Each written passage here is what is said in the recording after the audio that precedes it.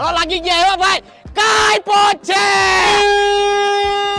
વાહ ભાઈ વાહ, તે તો આજ કેટલાય ના પતંગ કાપી નાખ્યા. અરે એમ કાઈ હોય ઉત્તરાયણ ની 15 દિવસની વાર હોય ને તે આજુબાજુની શેરી વાળા છોકરા મારી પાસે ટ્યુશન લેવા આવે.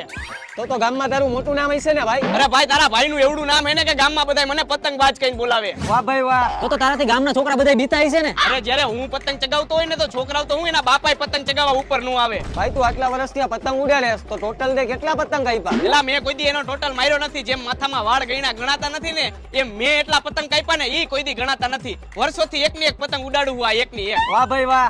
તો ભાઈ તને ઇનામ દેવાની જરૂર છે. એલા ઇનામ નહીં, મને નેશનલ એવોર્ડ મળવાનો હતો કેમ કે મેં ચોમાસામાં 4 મહિના એકની એક પતંગ ઉડાડી. ઓલા આવડા કરા પડ્યા ને તોય આપણી પતંગ હેઠી નથી ઉતરી. વાહ ભાઈ વાહ. એલા ભાઈ બસ લે, હવે આ તારી બધી વાતો સાંભળીને મને ઝાડા થઈ ગયા છે. તને તો વાત સાંભળતા થઈ જાય ને જાડા, મને તો વાત કરતા થઈ ગયા જાડા.